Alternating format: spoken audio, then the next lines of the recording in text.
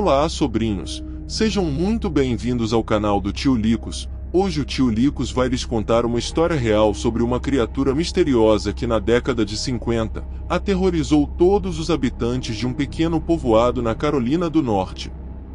Mas antes, não se esqueçam de inscrever-se no nosso canal e de deixar aquele like para fortalecer. Dito isso, bora para a história de hoje. Muitos anos antes que o fenômeno real ou imaginário do chupacabras alcançasse as manchetes dos jornais sensacionalistas, um animal desconhecido, com as mesmas características, aterrorizou no mês de janeiro de 1954 uma pequena cidade da Carolina do Norte, nos Estados Unidos. Até hoje a criatura permanece um mistério. Tudo começou em 4 de janeiro de 1954, quando em Bladenboro, a aproximadamente 60 milhas a oeste de Wilmington, 3 cães tiveram os maxilares quebrados, seus crânios esmagados e mastigados por um animal desconhecido. A fera, além da violência do ataque, deixou os animais totalmente zangues. O ataque não ficou restrito aos cães. Logo as cabras, os porcos e as vacas, também foram atacados da mesma forma. A população amedrontada convocou o chefe de polícia Roy Forrest, que foi à caça do animal com 3 cães da raça Conyon, mas os cães recusaram-se a seguir o rastro. Tater Shaw, que na época tinha 35 anos, e era dono de um posto de gasolina, foi uma testemunha ocular dos acontecimentos, e viu a carnificina em primeira mão. Shaw descreve assim o medo dos habitantes de Bladenboro. Todo mundo estava com medo. Todos que tinham uma arma andavam com ela carregada. A irracionalidade começou a dominar, e os locais diziam ter visto o monstro. Um residente ouviu seus cães latindo uma noite, olhou pela janela e viu uma sombra. Pegou a espingarda de caça e saiu apressado. Mirou e atirou de longe. Quando se deu por conta, havia acertado a bicicleta de sua filha, que estava tombada rente ao chão com os pneus em tiras e o assento dilacerado com um tiro de espingarda de caça. Os depoimentos das testemunhas são contraditórios. Dizem que o animal tinha 90 quilos, outros 100, ou até mesmo 150 quilos. Alguns dizem que o animal era negro, ou marrom, ou apenas de cor escura.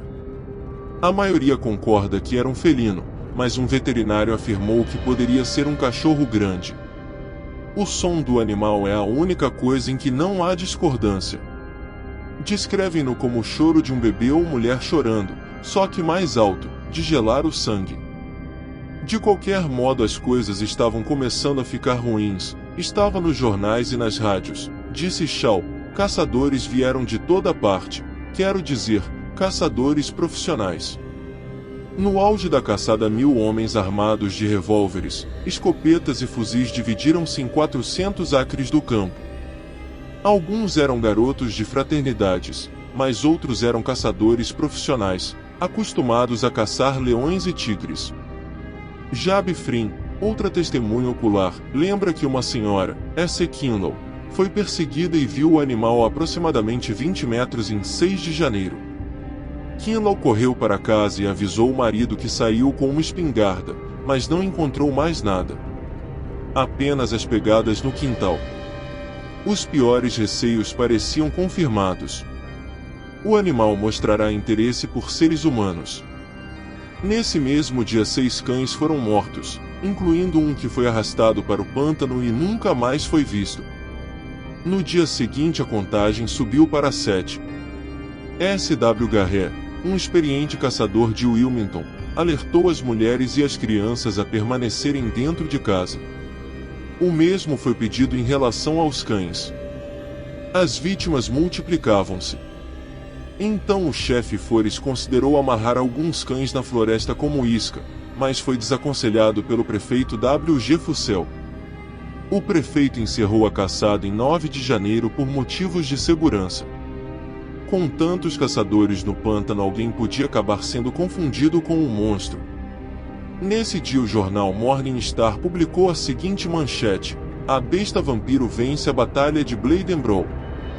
Em 13 de janeiro parecia que o mistério havia chegado ao fim tão rapidamente como começou. Um lince foi capturado em uma armadilha de aço e abatido com um tiro na cabeça. Mesmo assim, nem todos se convenceram de que a fera havia sido morta, nem mesmo o prefeito. No fim, a besta riu por último. Após novos ataques, os jornais estampariam a manchete: "Retorna a besta oculta de Bladenbrough".